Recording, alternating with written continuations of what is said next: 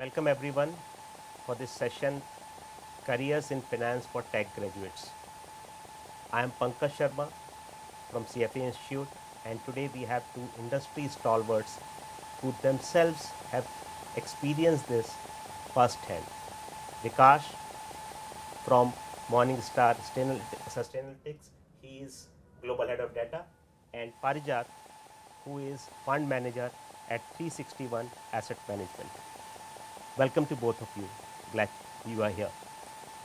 We'll start with this that you are at the forefront of this change with increased use of data analytics, rapid developments in AI, digitalization, and responsible investing. Do you think there is massive transformation happening in finance industry, and how do you think that engineering graduates bring value to the industry and become more useful? Because Yeah, what's your view sure. on this? Um, so you use the word massive transformation, right? And when I think of the mega trends, the structural trends that I see in the industry, everything that you mentioned, AI, ML, and things such as big data, hyper personalization, using technology, for wealth management, and and such thing, and fintech, digital banking, all of it is driven by technology. And this is, these all of these spaces are where folks who are from STEM background, engineers, they can play, and they are actually playing, already a big role in ensuring that those transformations are included and are a big part of the industry today. Parijat, the conversation we were having before the session began, it's a very interesting journey for you, and because you think that there is a massive opportunity for engineers in the finance space, and how do you think that they can do and what they can learn in addition to become more useful and become more aware of the opportunities which finance offers? Sure. First of all, thanks for having me, Pankaj. See, you said that there's a big transformation that is taking place in the industry. Uh, I would say, well, yes and no. There are certain aspects of the business that are changing very, very quickly, AI, ML being big areas. On the other hand, there are huge areas of finance, let's say, operations management and just the whole plumbing of the entire system is still surprisingly backward in some ways, has not really caught up on the technology that can be used. So the contribution that engineers can make on both sides is tremendous, right? One is to bring the latest technology and apply it to investing, but also to just bring what a lot of other industries already have in terms of basic engineering capability and deploying that in the industry. Now, how does a young engineer do that is, look, it's one thing to go to college and learn how to code, but whenever you want to bring it and apply it to an industry, you need to understand how the industry also works. Right? If you just try without understanding the context of the industry where you're trying to make things work, the solutions you build typically tend to be fragile.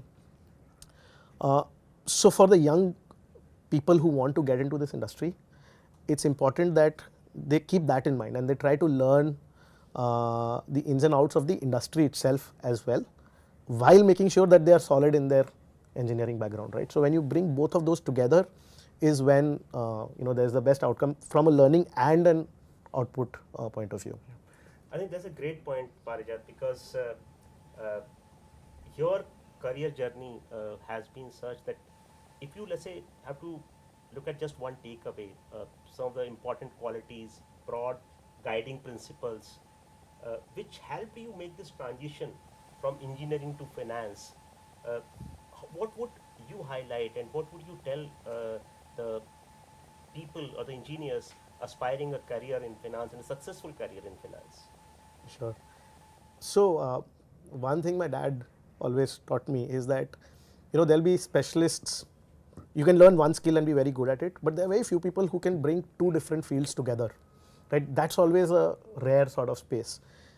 So I have always sort of kept my curiosity alive for things even outside of my core domain, while making sure, of course, that I spent like most of my energies doing what I was doing. When I was doing engineering, I like spend a lot of energy doing that, but just having an open mind and curiosity for other things. And actually finance is probably one of the most diverse fields in some ways, right? Especially if you're on the investing side, what you do touches upon or is touched upon by everything in the world, right? So just being curious and constantly absorbing things around you, I think that's been like the most important thing that helped me make that transition, right? After engineering, I undertook the CFA charter program simply just to get people to accept the fact that an engineer might know something about finance, right? Uh, but the degree apart, also just always being involved, talking to people, learning from them about other aspects outside of engineering is sort of what's mattered. Yeah. I think And that's great, Vikas, good. because Yeah. you yourself have been in this space for very long, and you are now global head of data at Sustainalytics, which is a huge responsibility. And the way Parijat answered that he had a few points and the learnings which he had, which were very helpful in making that transition from engineering to finance. What is that you have to say? What is that Sure. some qualities which you think are very useful for people to have and look at? Sure. So I'll take it back to the basics. So I think when we are discussing this, somewhere the implicit assumption is that we know or we understand what finance is, but do we really? So I will cite 3 examples, and these are from my own career. So this is this is the most recent stat, and this is for US, where we have about $27 trillion in ETFs and mutual funds, and very recently the index based or passive strategies, they have overtaken the active strategies. So more than half of the money in US is currently managed using index based or systematic strategies.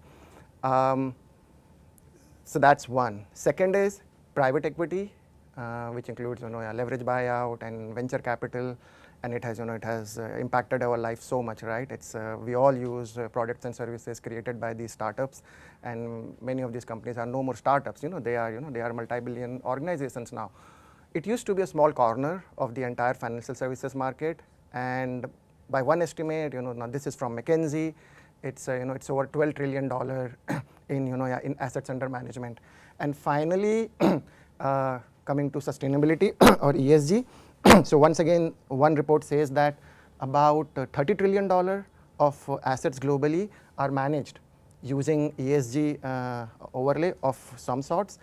So the reason I'm mentioning those is, when you think about finance as an engineer or as a STEM graduate, I'm not sure you're thinking about indexing, you're thinking about private markets, or you're thinking about sustainability.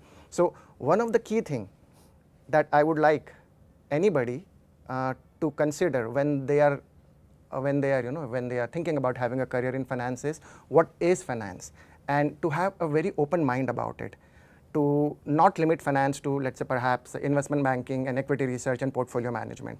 So I'll say that you start there, because the jobs that I have done, the career that I had, I could not, I don't think, let's say if you ask me when I started my journey to move from, from being an engineer graduate to finance, I don't think, I realized that this is what is happening. So in sports, they say you should be skating where the puck is. So understanding what the trends are and then taking that into account as you are making those decisions is also one thing I'll say you should take into account. Because I think that's an interesting point, because let's face it, the way priorities are getting realigned, both at individual level and at organization level, the pace has become very, very fast. So let's say a graduate who is probably entering the career next year or this year or like just 1 year, the priorities could be very, very different. So what are some of the skills you think are useful irrespective of what priorities you are assigning for yourself and what you're looking at, the important milestone for yourself, but engineers and the skills you think that they should have to make a very successful career in finance? What is your sense on that? Sure. So if I'll go first, so I think so first, I would like to double down on what Parijat said about having the curiosity, having that growth mindset, and the mindset of be learning always. I think, yeah. So as I said, you said, it's the world is changing fast, technology is changing fast, finance is, is not, is also, incorporating all of those changes. So you need to have a sort of intellectual openness about those changes, and to understand that a career is not going to be a linear one. There are going to be multiple components to it, and you will have perhaps multiple careers, built into your life, yeah, into your professional life. Now, coming to your answering your question directly, the way I think about it is knowledge and skills. So knowledge is, yeah, when and then finance, if you're thinking about an engineering graduate and thinking about career in finance, you need a body of knowledge so that you speak the language, you understand, yeah, how that world works. So I'll say, so that is very important, I guess, and that's where something like CFA curriculum or the other such programs, come into play. And then comes the skills. You use the word skills, but what's the difference between skills and knowledge? To me, skills are knowledge applied. When we apply that knowledge in real practical setting, then we get those skills. And yeah, so I'll say that, you start with the knowledge, and then you find opportunities to convert it into skills, and that's how, that's how it goes. And I'll say, those are the things I would urge you to have, or I would look for an early career finance professional.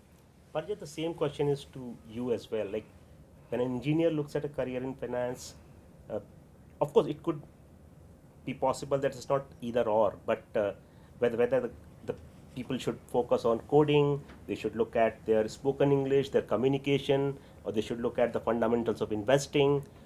What do you think, like, in terms of both hard and soft skills, the engineers can acquire and can work and make some improvements there so that they become much more ready for a career in finance? So it's a tricky one, and obvious answer is you need to learn everything. That's a good one. Yeah, but here's the thing. So it's hard, obviously, to be good at everything. You need to lean into some of the strongest capabilities that you have. You cannot be zero on communication, right? If you're a great engineer but you cannot communicate, you're not going to make it in corporate life. It's as simple as that. Your projects won't get a go ahead, for example. So that's important. But you need to lean into some skills. You need to choose the ones that will apply the most. Now, the problem is the following. So 50 years ago, let's say, when somebody finished school or college, they learned a set of skills, and you could pretty much expect to retire based on what you learned. Now, as you said, things are changing so rapidly that 10 years down the line, your role may not even exist, right? So you'll have to learn new things, or the programming language that you've learned. So right now, Python is the rage. Even I code in Python. Pretty much everything I do is in Python today. But you have to think of even knowledge or skills have to be thought of at two levels. One is like, right now, if I'm going to code, what language do I learn? But then also, do I have the general capability to program? Do I have the mindset of programming itself, right? Similarly, investing, I don't think the fundamental of what a security is worth is going to change. It's the discounted present value of cash flows. But the type of securities that are going to exist, the kind of financial structures that are going to exist will change so constantly that you need to be able to adapt to that. So it's this two-level thing, right? That you need current knowledge, but also that basic framework that can adapt with time over the next 40, 50 years. So you can't say, I'm going to learn data sciences and I'm going to be set. Who knows, maybe with all the LLMs today, right, 90% of even data analytics becomes like a language thing. Your manager will just ask the question and the program will answer. What are you going to do? Right? So that ability to adapt and stay ahead of the curve, do you need to learn prompt engineering at some point of time? Maybe. So I think that's what's most important at the pace of change. Right. And again, in continuation to that, we have the audience, and a lot of them would want to know a little bit more about this. So let's say if somebody is pursuing engineering or early in that career, and they want to switch to finance, they want to look at finance as a career option, and making that switch, how do they first of all assess that what they are good at? And once they decide that, okay, this is something they are good at or bad at, how do they work on that? How do to take that forward to make a career in finance and making more important to switch from engineering to finance? In your view, what would be the, I would not call it advice, but what would you probably suggest to these people, because everybody would have their own different paths to arrive the same destination maybe? Sure. So again, tough one. Uh, but first things first, I think the nomenclature now is important, that we don't say that you switch from engineering to finance, right? It's no longer that. Engineering is like knowing a language, right? So you don't say I was an English major and I'm now switching to finance or something. Like it's a skill you learned. You're going to apply it. You could apply it to oil and gas. You can apply it to finance. So you're not switching from engineering. You're finding areas of application of your skills in the finance industry. First of all, that's how you should look at it. Now, uh, within finance, what you should be doing, whether you should try and look for a data sciences job or do you like building systems, that's also a thing that you could actually probably figure out while you're doing engineering itself. Other than that, you try do internships, right? And believe me, I know it's incredibly hard to land an internship in a financial services firm, but that's, I think, also because partly as students or even as grown-ups, frankly, we tend to think of finance as I want to be a fund manager, etc. Right? We always think of these front desk roles. If we have that, that's fine. Everything else is unglamorous, unsexy, and I don't want to do that. As a techie, by the way, it may make sense because there are great opportunities in so-called core tech itself as well. But the opportunities in so-called mid-office or back office and technology building are also phenomenal. So just keeping your eye out for that, I think those are easier places to get into the industry. And believe me, they're long careers, 30 years, 40 years. Things change, you can move. You get into the industry, you learn the ropes, and not worry too much about whether I'm getting a fund management role or a research role or a system building role. Just get in, get your hands dirty is probably how you sort of start.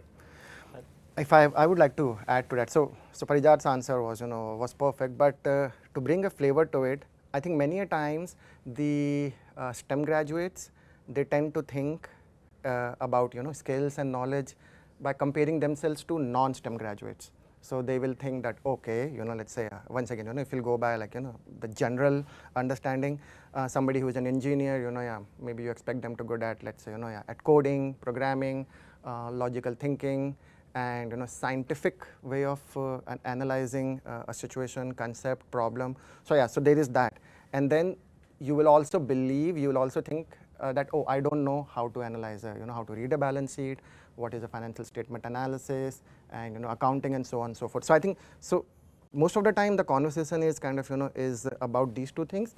I think there is a third part to it, which is the knowledge, the skills that you will get to, you'll be exposed to if you if you'll have the career in the field. For example, when I was in indexing and we used to build systematic investment strategies, it is not just programming, accounting, finance, or computer science, but it's also statistics. It's also it's also data analytics, or the ability to create the data correctly and to and to process and manipulate it. Even behavioral science. So many a times we'll come across such phenomena. So there is something called, let's say, momentum investing. So which says that stocks which goes up keeps on going up for for some time. Now why does that happen, right? So we'll say that, oh, either it's a risk-based explanation, but we don't find risk-based explanation for every such factor or anomaly. Then we'll say maybe there is a behavioral component to it.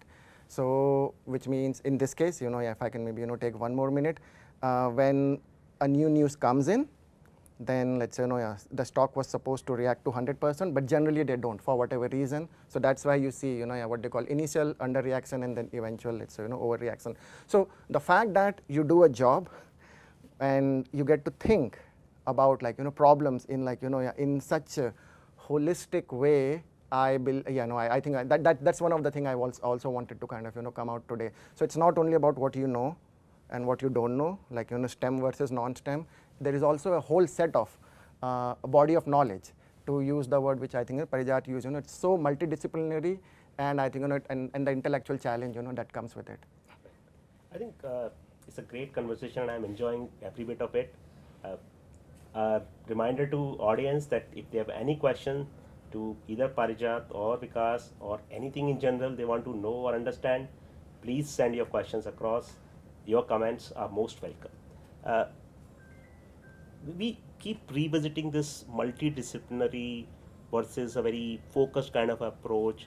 So, journalist versus specialist is a classic debate, and that's something which, like, that there are different opinions about it. But whatever both of you have spoken so far, the understanding which I am developing and getting is that it's very important to look at something over and above what your core area is. So, like, T-shaped skills are being talked about a lot. That you need to be good at something, very good at it, but at least you need to have some working knowledge of many other disciplines and many other areas. So, is that what you're trying to say, or is that something which is very different in terms of what I understood and what you were trying to convey? Well, I personally am biased towards the generalist school of thought because I enjoy a large variety of subjects, etc. Um, but there are a number of books, and I can't recall exactly which one that actually says that, let's say there are 8 skills that you might have. Most teachers and most people tend to think that, figure out your weaknesses and strengthen them, right? So you get everything at a level par. That's not necessarily the going to give you the optimal outcome, let's just say, right? So if you, on the other hand, you have those basics, but then you lean into some skills, right? You become exceptional in certain things. For example, let's just say high frequency trading is one very small niche of invest or trading or investing, etc., right? There are people within that industry who are absolute specialists on the architecture of a CPU, right? And they can optimize code to work on a very specific CPU. For them, does it matter that they don't understand what ROE means? This very likely doesn't, right? But they are extremely sought after. So developing really deep skills in a few areas also works very well, but then be advised that that's usually what more people tend to do, right? So then the bar is that much higher, right? It's sort of easier to be a generalist, know more things because there's lesser competition in some ways. But when you're specializing, you have to be really, really good. You spend your energy doing good, and then the outcomes can be great even within a specialized sort of field. Vikas, your take on this? Yeah, so, and some of what I'm saying, it's it's inspired from from this book called Range by David Epstein. So there are let's say there are two kinds of environment, if I can stable and unstable, or we can use like any other terminology. But the point is, let's say when we play chess, the board is always exactly the same, the rules are well defined, so you practice and you practice and you become, let's say you're very good at chess.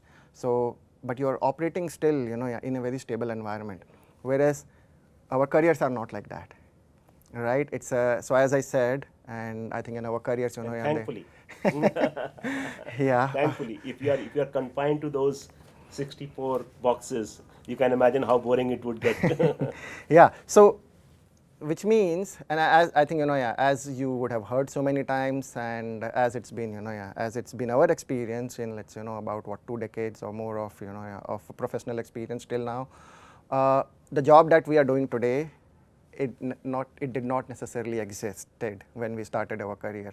So in finance we talk about diversification, right? Don't put all your eggs in one basket, and I don't think it's a bad analogy for for building your careers too. So I once again I'll say that as Parijat said, I lean towards journalist model or mode of of operating, and that doesn't mean flitting from one thing to another. I think being a generalist means you build deep expertise in like one or few areas, but then you don't stick to it for the rest of your life. You do that over and over again for the rest of your lives, and the real dividend comes when you are able to bring in those multiple perspectives together, and you are able to solve a problem which is which otherwise would not have been possible, because only you have only you are able to bring that multidisciplinary thinking and knowledge to bear.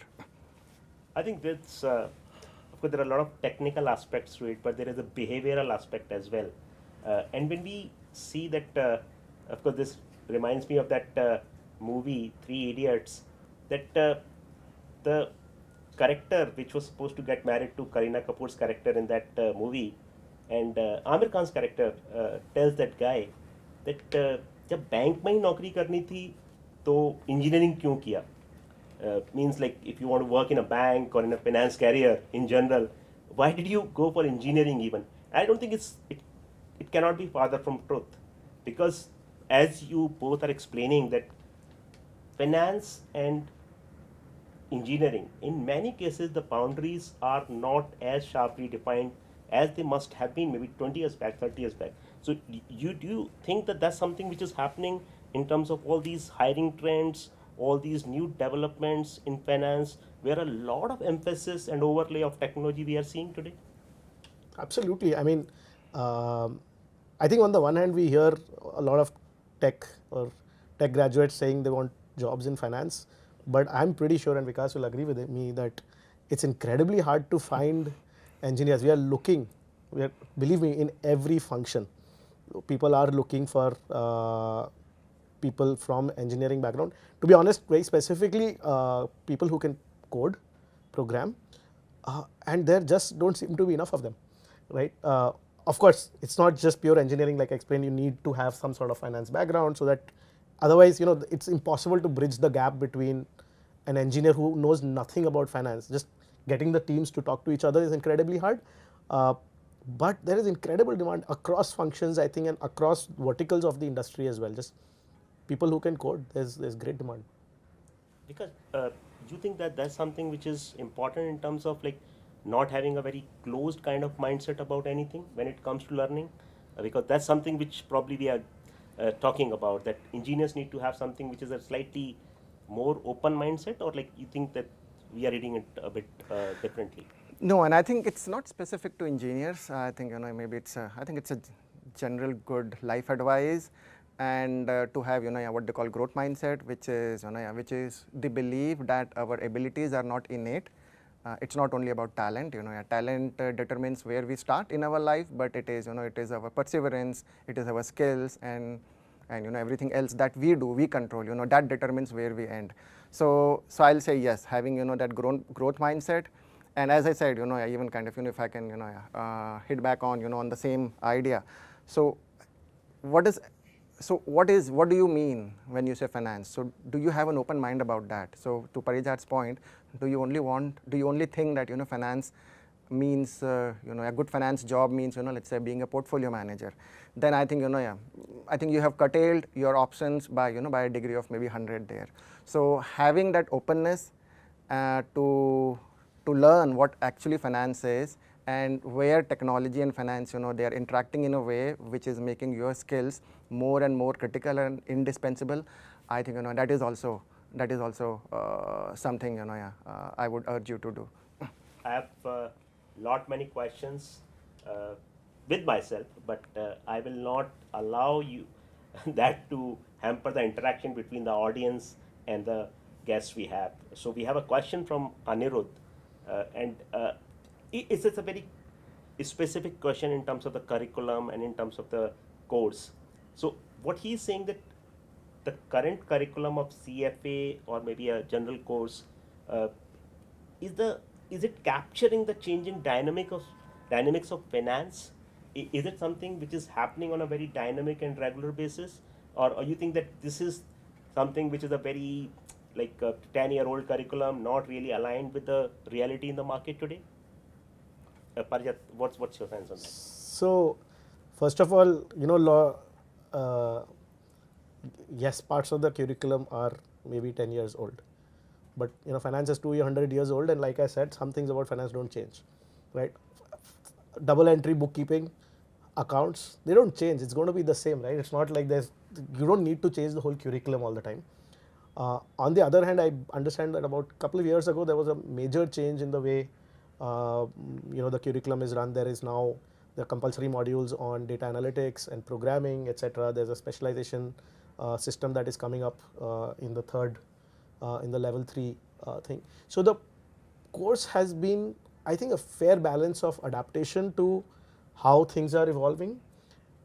But if you expect things, the whole thing to change, it's not, because the the core of finance, the core of the industry is not changing that quickly either, right? So I think it's been a pretty decent balance.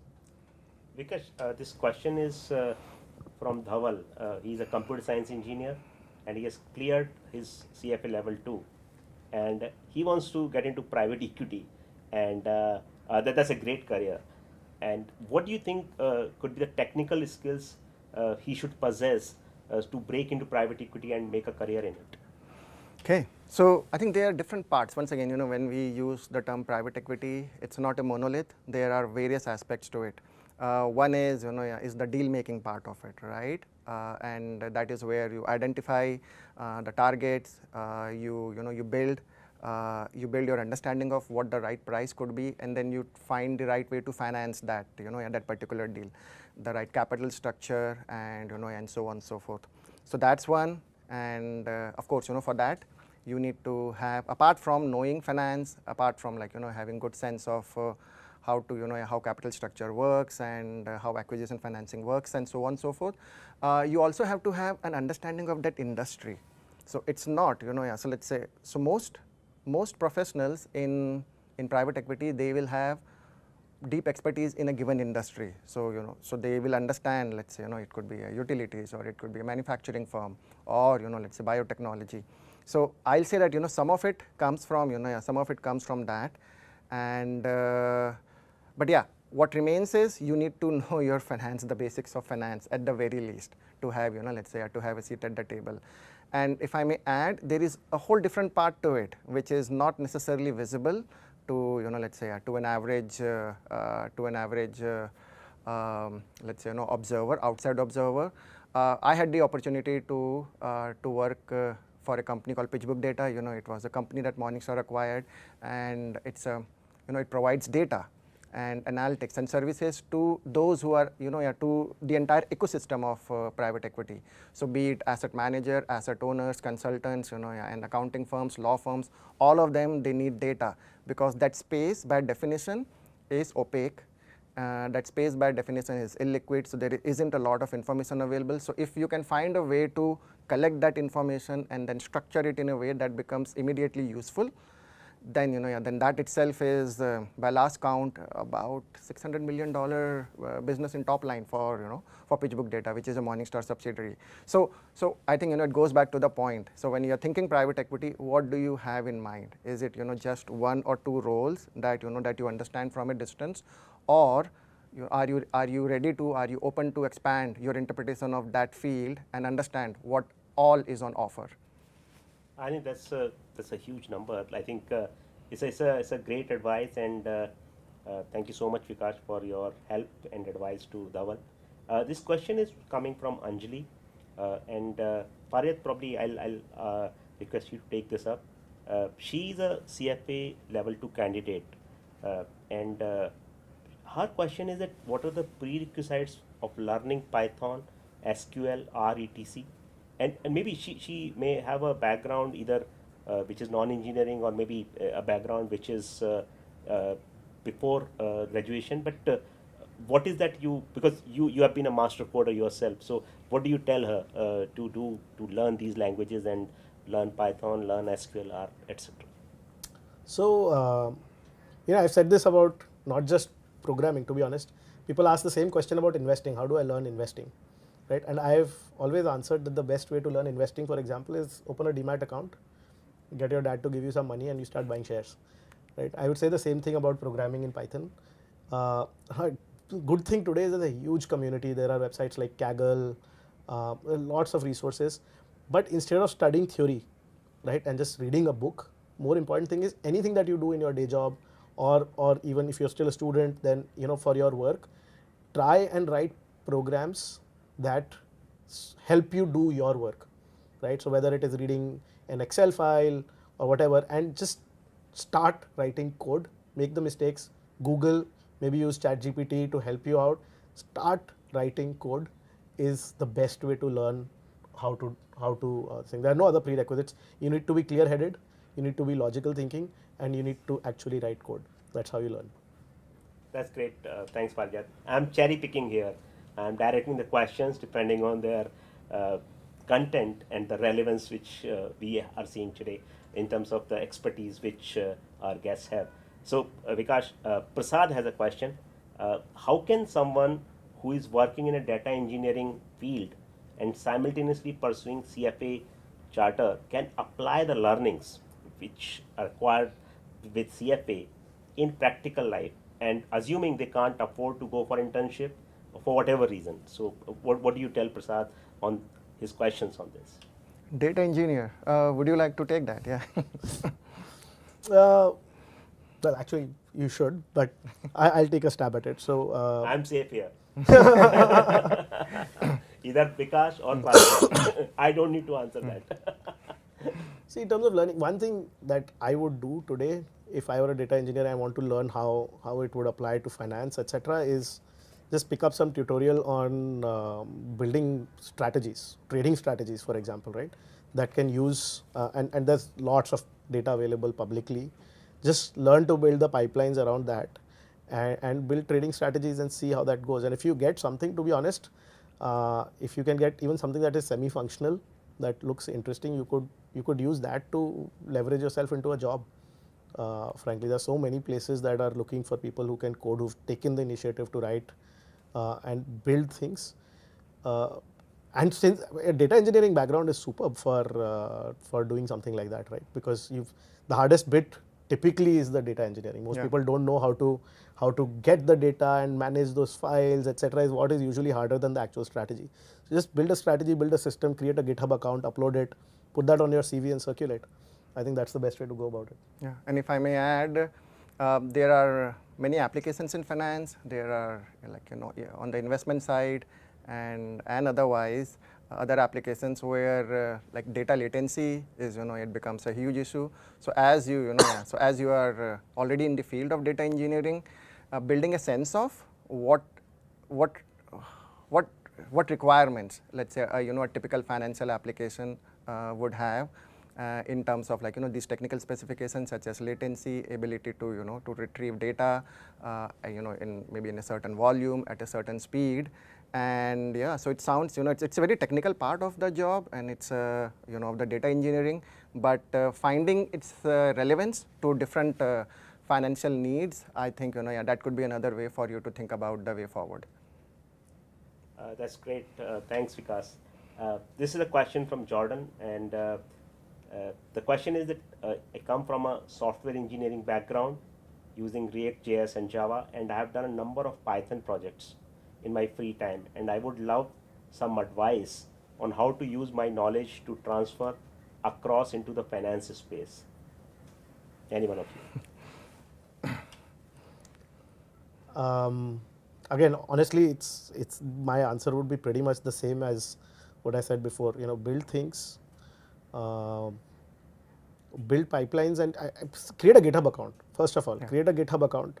Start putting up your code there. I think if you are applying to a position with me, for example, and I get like a dozen resumes, and one of those resumes has a GitHub account, boss, you're right on top of the pile, right? So that's just point number one. Any place that you're applying as a techie, if you've got a GitHub account that's been live for a while, you've been writing code, and I can see what the quality of code you're writing, that itself gives you a huge leg up today. And build systems. React.js, Java are great for front-end tools. So you might want to look at bigger organizations that also have front-end needs, right? So smaller teams typically don't care so much about front-end development. Bigger organizations do need a lot of these systems, so that's probably a good place to apply, because sort of that also becomes more relevant. It's not like you can't land a job at a smaller place. It just becomes easier to show relevance to a team like that. Because Yeah, it's so I think it's an extension of what you said. If you'll pick up any basic course in finance, or let's say yeah, any textbook or so, you will find they will teach you about optimization, right? Yeah, how to build, how to use variance covariance matrix and expected returns, and then and then use all of it into use those inputs, and create an optimized output, an optimized portfolio. It's like it's the portfolio 101 or the quant portfolio 101. So you can start I'll say that you can start there. You learn what exactly needs to be done, and then you turn that into a code, and as Parijat said, put it up and build a portfolio of let's such executions. And yeah, it's if you do that, you will already be like, I'll say, yeah, you will be in the top decile of applicants that that we receive today. So I think the way I'm capturing it is that get your hands dirty, Yeah. start working, and don't wait in terms of having the right amount of information, right amount of skills. Once you start doing it, you will develop that skill and develop those uh, qualities in your resume, in yourself, in your personal conduct everywhere. Yeah. This is something I which just want to, I'm sorry, I yeah, just want to add one thing here. So imagine we were discussing about swimming today, right? And all, you would have heard swimming experts say that, get in the water. I think, yeah, so it's, and I guess, maybe that sounds, it's a far more intuitive than, yeah, than some of the other discussion, but I guess, that's what you, so we talked about knowledge and skills. So, and that's, I think, we are saying that use your knowledge and then, use it to turn it into skills. And it doesn't have to be, you're not always at the mercy of, let's say, of somebody giving you a job or internship. If you have, you can on your own start building, start converting that knowledge into skills, and we value that. The industry values that a lot. I think that's something which, because this is a sentiment which is echoing in a lot of questions and whatever we discussed so far. Both of you are CFA charter holders, and of course, it's world's most widely recognized and respected investment designation with more than 200,000 charter holders across the world.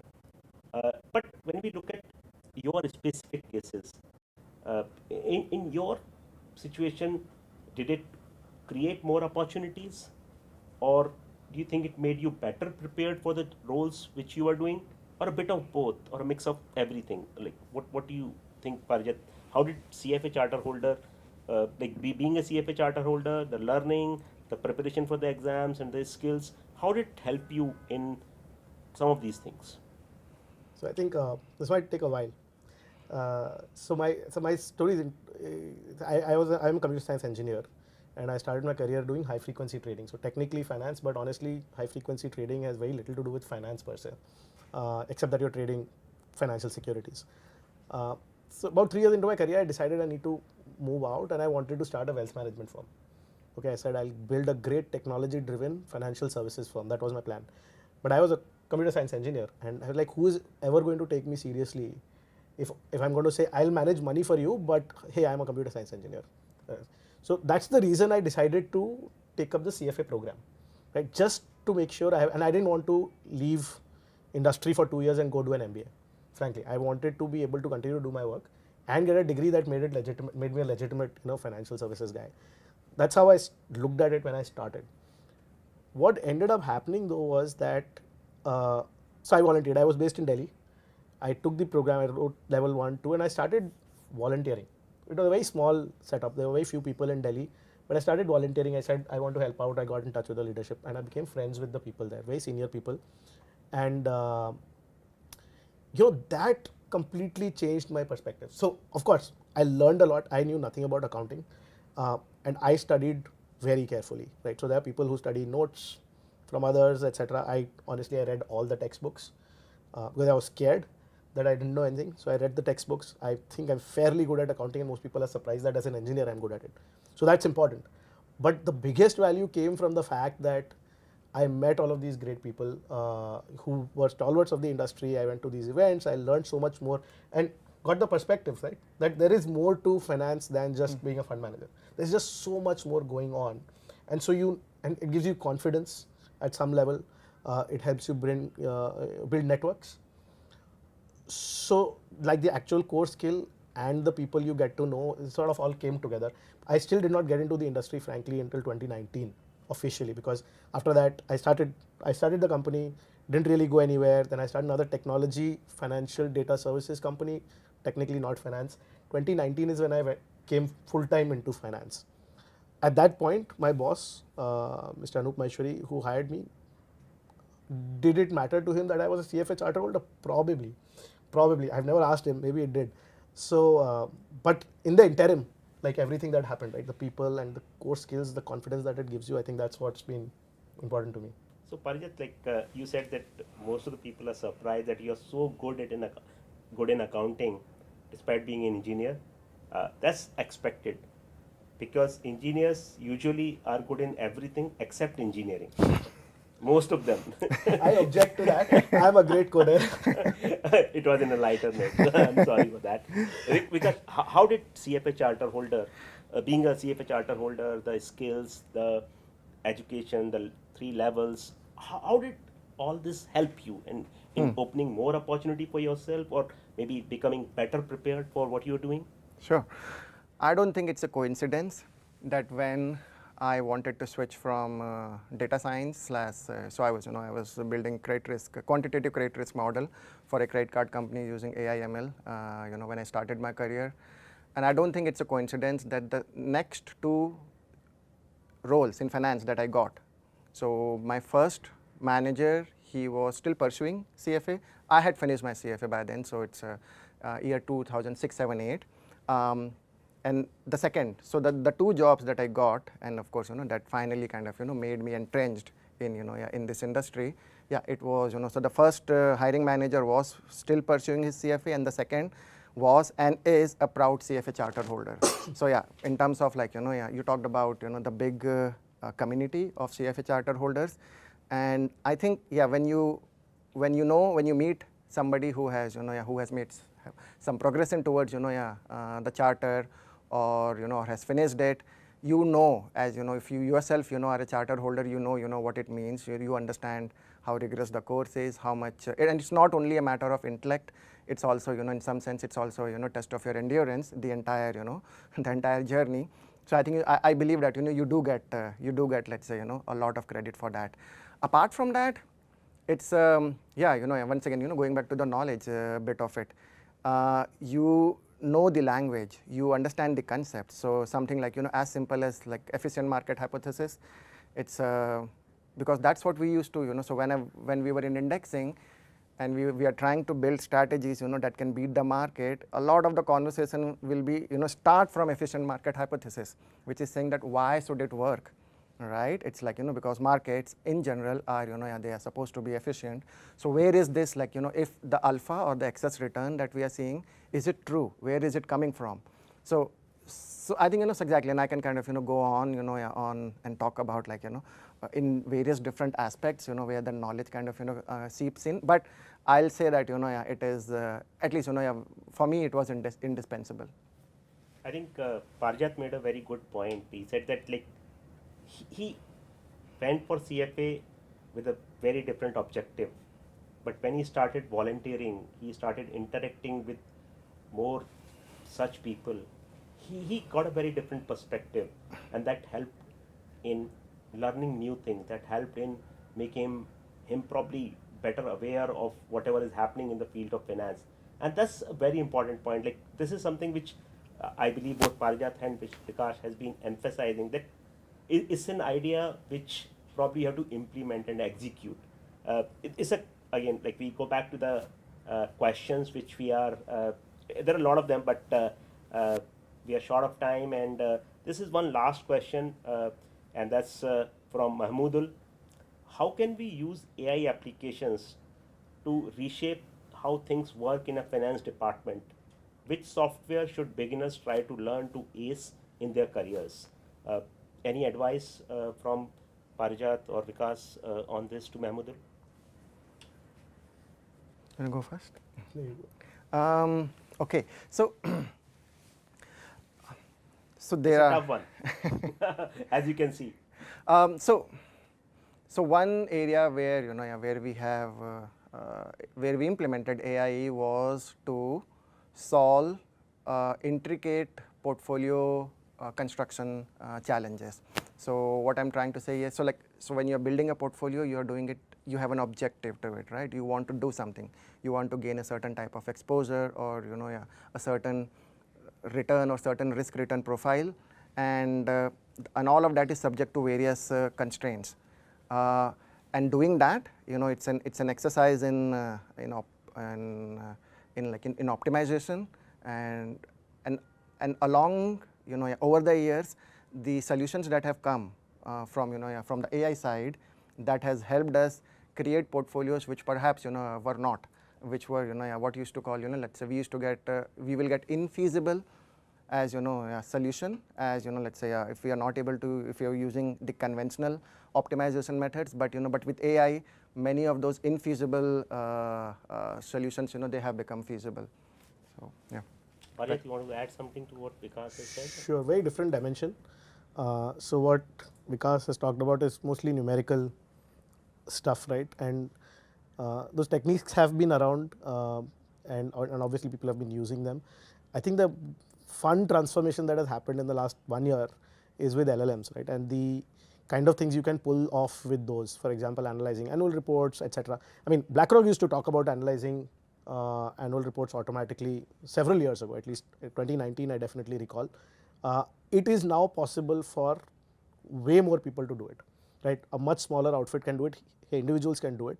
So if you are a programmer, right, I think the best thing you can start doing is set up an OpenAI API account and start writing programs that can analyze, let's say, an earnings transcript. And don't do the sentiment analysis. Like, can you develop a good summary of what was said during an earnings call? Right? Can you do that? It's frankly, I've written those, it's 50 lines of code if you know what you're doing, and something very interesting can happen. If you can learn how to do, use these technologies, and it's not about this software or that software, just trying to do that, or what is known as retrieval augmented generation, or RAG, that works in most setups. If you've got a bunch of documents in your team, can you build a question answering system on top of that? Again, fairly straightforward to do, lots of tutorials on YouTube. It's very cheap to do. You need maybe a $20 budget to run that sort of thing. You build that, it's very exciting. And obviously, like, the core finance is still very numerical. Doing that, of course, that is an important skill. But if you want something fun, you should do that. Thank you so much. I think it has been a great conversation. Any closing remarks from you, like anything, one or two takeaways which you think that you can probably share from either your career journey or from the conversation we have had? Anything you want to share, Parijat? I think being curious, being open-minded, and being very action-oriented, right? Dive into writing code today. Don't read, just keep reading, and don't keep asking people, how do I do this? If you said I want to be a nuclear scientist, it would be very hard to do that in your home. Applying technology to finance, you can do that like today, right? You don't need to ask anybody's permission. So being action-oriented, being curious, constantly learning, I think that's one thing I would say to all engineering graduates. If you want to get into finance, just keep that in mind and keep an open mind about what, and sort of stealing some of the thunder from Vikas, I think, just keep an open mind of what finance means in the first place. Do that, yeah, it'll be great. Vikas, anything from you as closing remarks? Yeah, so finance, and finance, when interacted with technology, can be a very rewarding and very intellectually satisfying career option. So I'll say that keep searching, keep looking, keep talking, keep learning, and yeah, and I am sure, I hope you will find your answers and your path soon. Thank you so much for your time, both Vikas and Parijat. But honestly, like, this has been one of the most interesting conversations I have had. Three takeaways for me as such. One is that be action oriented, don't wait, keep doing things and start learning things by doing, not to be too theoretical about everything. Second is be curious, learn as much as you can. And third, don't think that finance and technology are two different areas. Many of the times, these boundaries are created in our own mind. A lot of times, we can apply the learnings from one to another. For example, a lot of people are getting good in trading and personal finance because they have been an engineer, but they learned finance in a very dedicated and disciplined manner. Thank you so much for joining us for this conversation, and a very warm thank you to Parijat, to Vikas, and moreover, for all the audience which joined us today for this conversation. Please share your comments with us. Please write to us. We'll be happy to discuss more, and we keep doing these sessions on and off and very regularly, but please do write to us with your comments about your session. Thank you.